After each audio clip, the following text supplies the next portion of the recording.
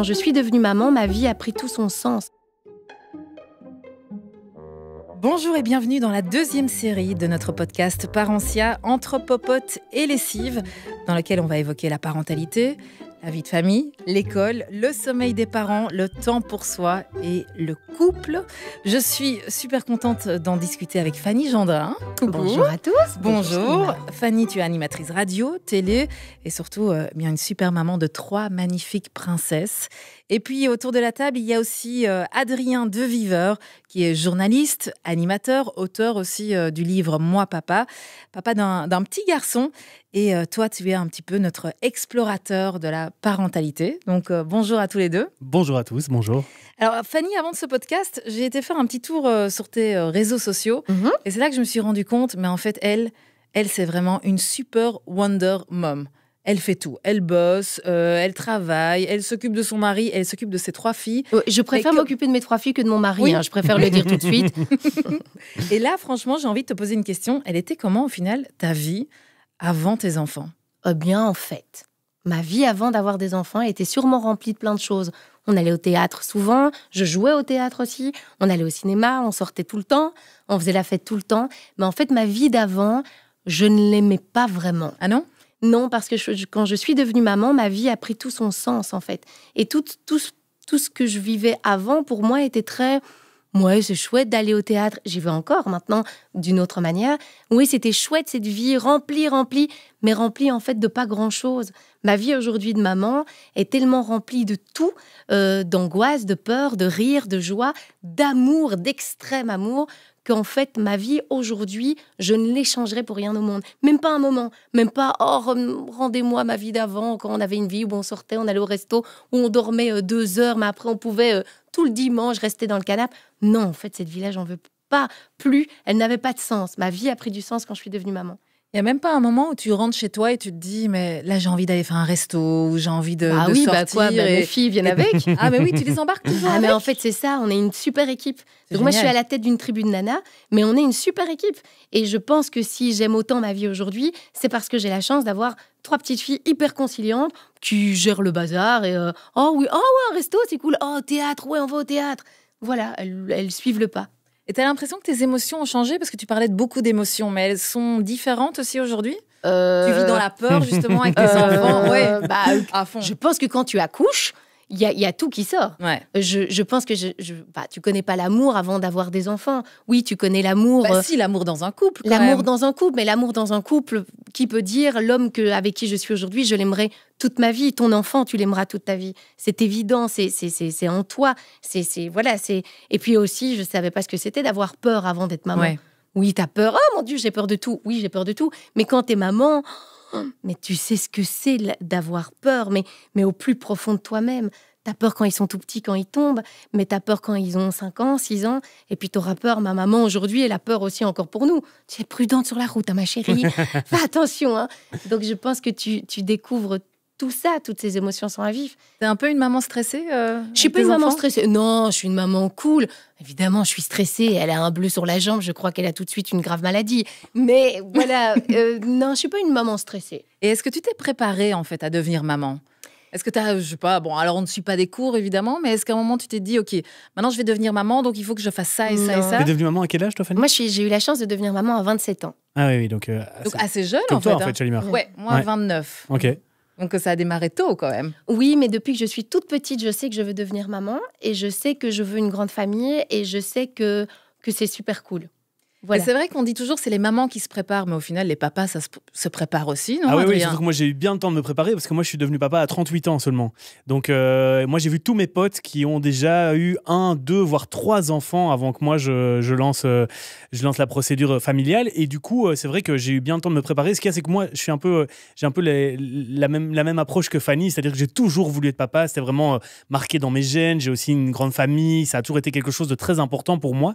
Et donc c'est vrai que que ma vie a fameusement changé depuis que je suis devenu papa. J'adorais ma vie au préalable. C'était très chouette parce que j'avais pas de contraintes, j'avais pas de structure. Et ça, c'est toujours agréable quand on va jouer au tennis et qu'on sait qu'on doit pas rentrer à un tel moment parce qu'il faut donner un coup de main ou en tout cas aller chercher l'enfant à l'école. Et puis, j'adore maintenant cette vie-ci parce qu'à contrario, justement, j'ai une structure, ce qui me manquait tellement en fait dans ma vie en général.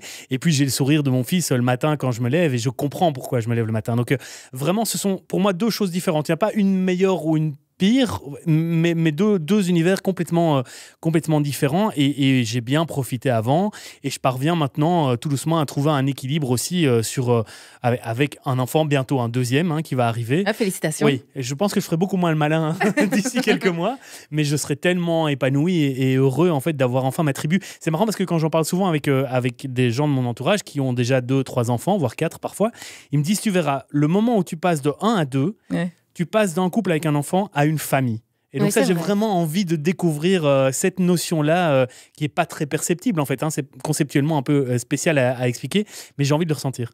Et Fanny, qu'est-ce qui a le plus changé toi dans ta vie de maman ?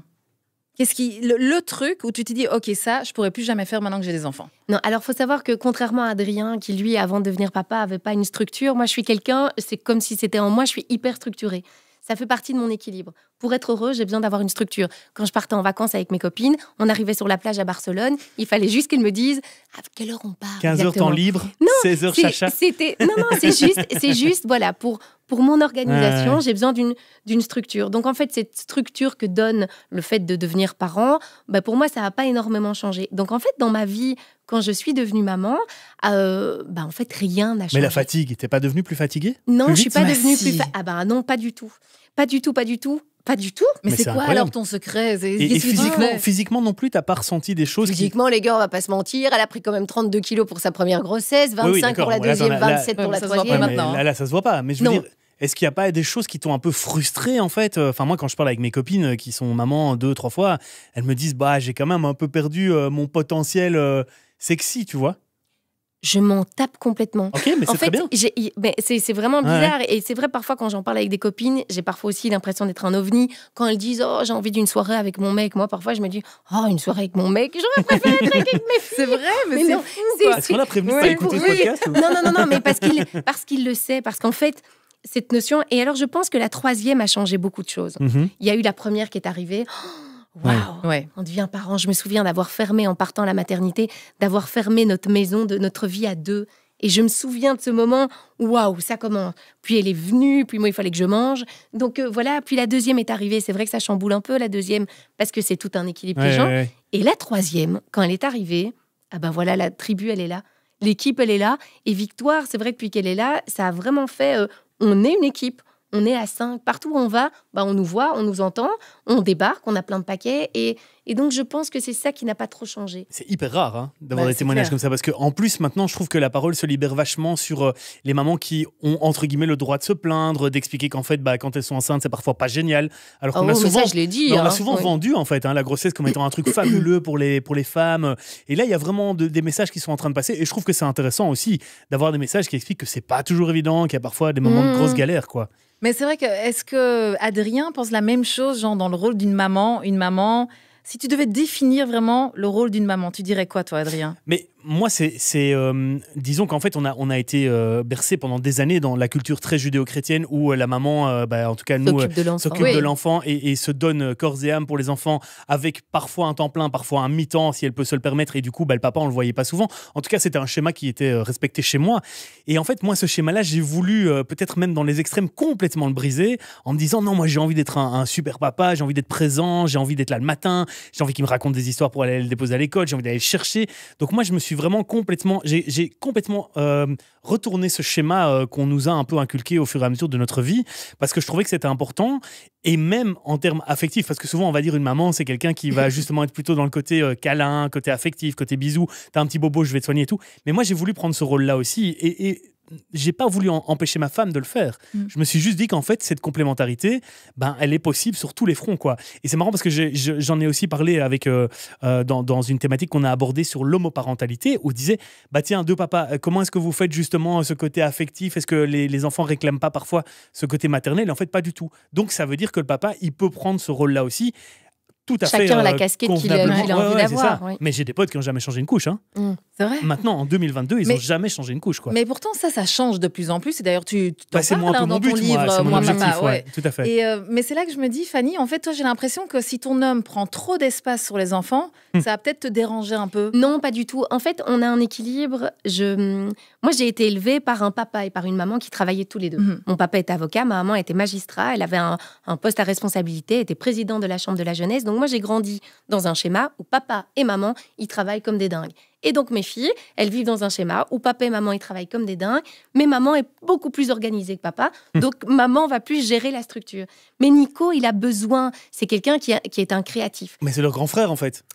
Non, parce que parfois il gronde, il gronde. Mais oui. Ah oui, donc en plus, t'as la casquette de celle qui gronde aussi. Bah parfois, là, il y a des jours, parfois je dois gronder tout le monde. Mais non, c'est quelqu'un qui est créatif. C'est quelqu'un qui a besoin il est réalisateur, il a besoin de créer toutes les secondes. Mais les filles, elles le savent aussi. Mais quand elles passent des moments avec leur papa va être papa va faire à manger, papa va donner le bain, papa, il va tout faire.